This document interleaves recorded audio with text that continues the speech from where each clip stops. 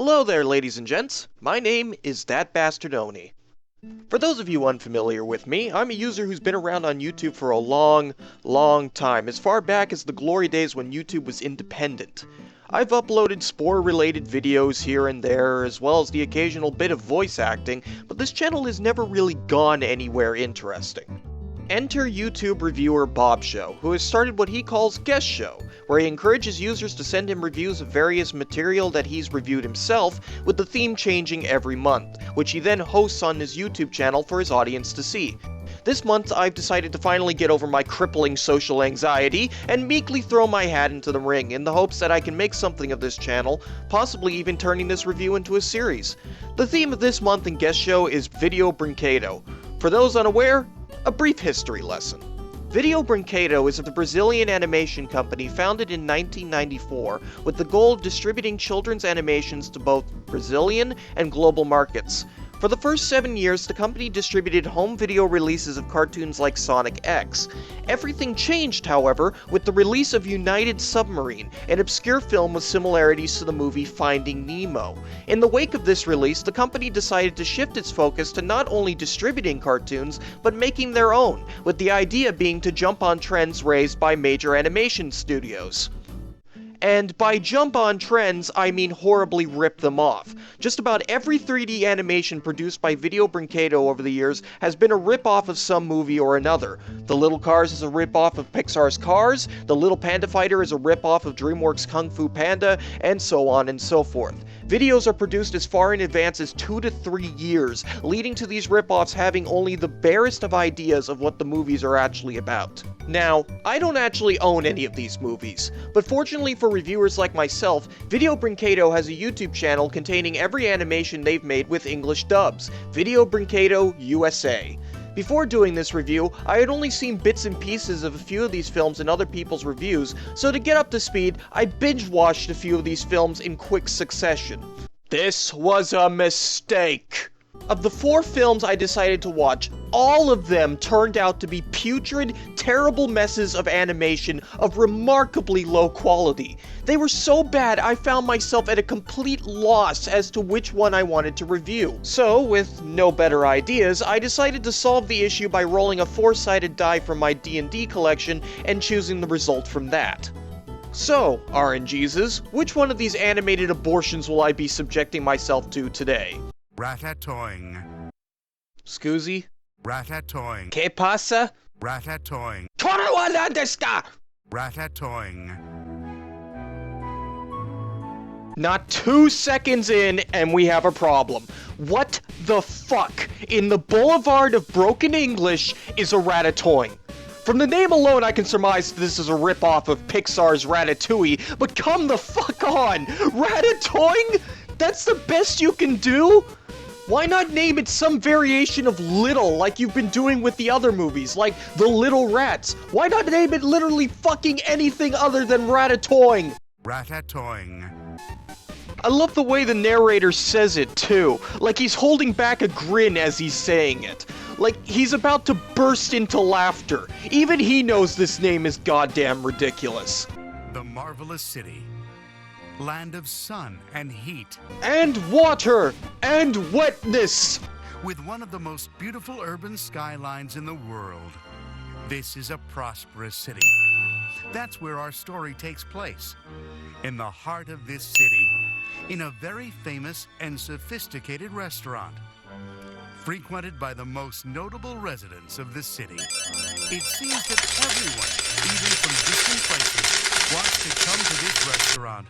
So our verbose narrator leads us to the Ratatoing, a restaurant for rats, and... Okay, stop, just stop.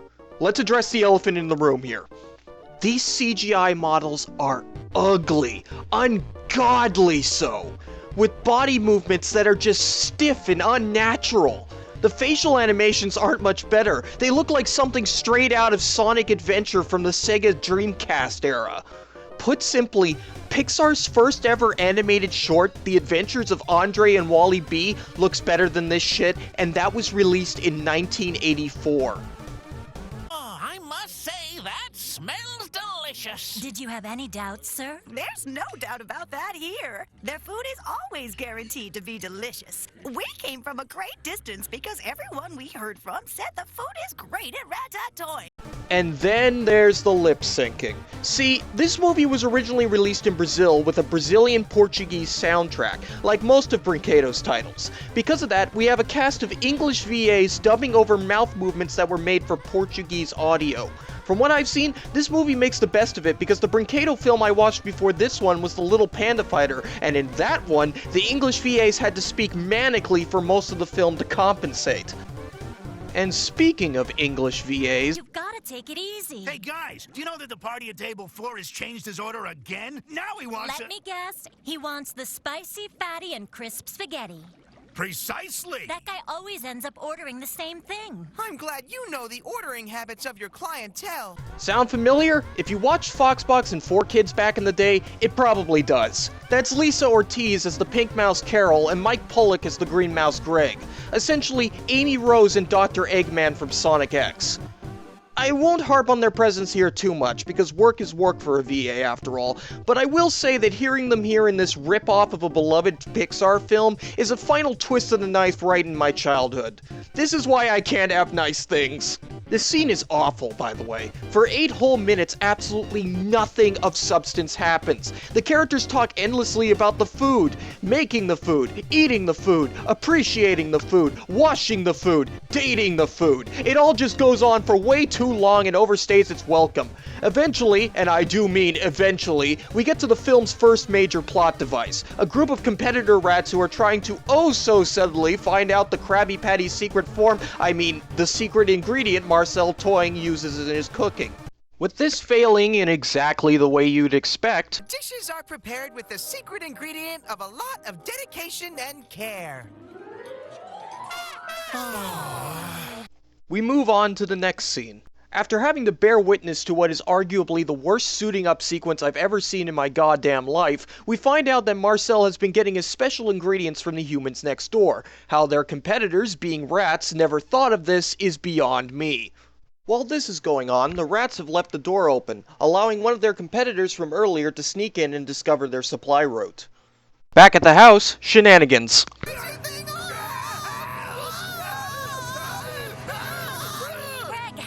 Turn that thing on. I think I pushed the switch!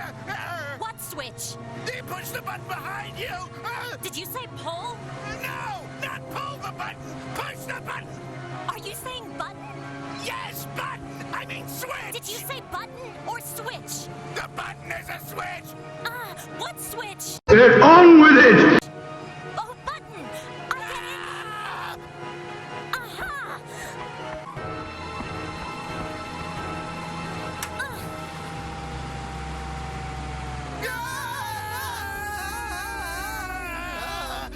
The rats come away with only a single strawberry for their efforts, but that's the least of their problems, as their competitors decide to sabotage their plans by scaring the residents of the house the only way they know how. With a Broadway dance routine!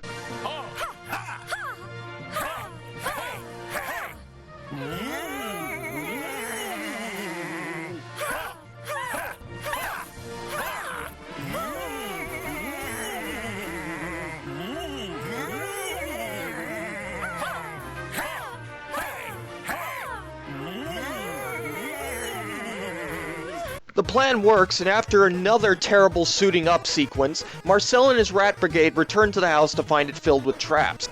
Marcel goes for a chocolate bar, only to be stopped by oh my god. Is that supposed to be a cat? It looks like the bastard child of a bugbear and a pug. How do you fuck up a cat model so badly? Have these animators ever seen a cat before? Do they have cats in Brazil? I'm asking too many questions. Just look at this thing. It longs for death. Put it out of its misery already. So the rats flee from this CGI abomination, as any sane person would, and resolve to find a way to beat it. We get yet another god-awful suiting up sequence to eat up more of the 44-minute screen time, and the competitor rats follow them to get some food of their own. Marcel distracts the stunt double from the Garfield movie, which seems to work because despite staring right at the rats gathering cheese for a solid 10 seconds, he opts to chase Marcel around instead. I'm bigger than you. I'm higher in the food chain. Get in my belly. Come on! The competitor rats show up to hustle Carol and Greg for their cheese, but Marcel uses his cooking off-screen to persuade the cat to join forces and gain the upper hand. How did you get him to want to cooperate with you? He's your natural enemy. Well, I had a homemade snack in my bag. I offered it to him, he loved it, and he wanted more! I know you cook food rodents enjoy, but who could have imagined that cats would love it too? I don't know about other cats, but Paolo loved it, and it was easy to make a deal with him when his stomach was full. Thanks to his quick thinking, Marcel and his gang are free once more to raid the house for food, and the rejected design from the Popples reboot is now a recurring customer. But wait, I hear you ask, what happened to the antagonists? Oh, don't worry, the movie addresses that. I heard those rats of ours were sent to an out-of-town laboratory. Oh, you know I miss them so much, it just breaks my little heart. Yep, instead of finding a way to compromise with his competitors, Marcel instead sees them shipped off to the rat equivalent of Auschwitz to be tortured and experimented on. 10 out of 10, great lesson for the kids, absolutely phenomenal. So that was Ratatoing, and I hated every second. Everything about it is awful. The animation is terrible. The story is poor. The characters are bland and uninteresting. And every single scene goes on for way too long. It's a 44-minute headache that attempts to cash in on the trends of Hollywood, and I feel so sorry for anyone who is fooled into buying this rather than the much better Pixar movie this abomination tries to rip off. But instead of giving this movie an X out of 10 score like most, I think I'm gonna do something different. Because you see, though a movie could be bad and have a low score, it could also be bad in a way that makes you want to see it again, or show it to other people so they can appreciate how awful it is. Thus, I'm gonna give this movie what I call a rewatch value. A scale from high to low designed to indicate how likely you are to want to see this movie again. And what value does Ratatoing get? Moderately low. This is a movie that is bad enough it has to be seen to be believed, but afterwards, there's no reason to give it another go. It's not one of those so bad it's good movies, it's just bad. Give it a watch if you're morbidly curious, but aside from that, I can't really give a recommendation. With that taken care of, thank you for watching my first review. This took me a lot of time and effort, and I hope you enjoyed watching it as much as I did making it. Dat Bastard Oni, signing out. これより鬼ヶ島国際鬼サミットを開催いたします。昨年度多くの負傷者を出し、角が欠ける程度の被害が出ている豆腐ハンバーグ問題につきまして、生ハゲ委員会主導のもと、大豆ダメ絶対キャンペーンを実施いたしまして、国民の鬼の皆様が間違えて接種せずに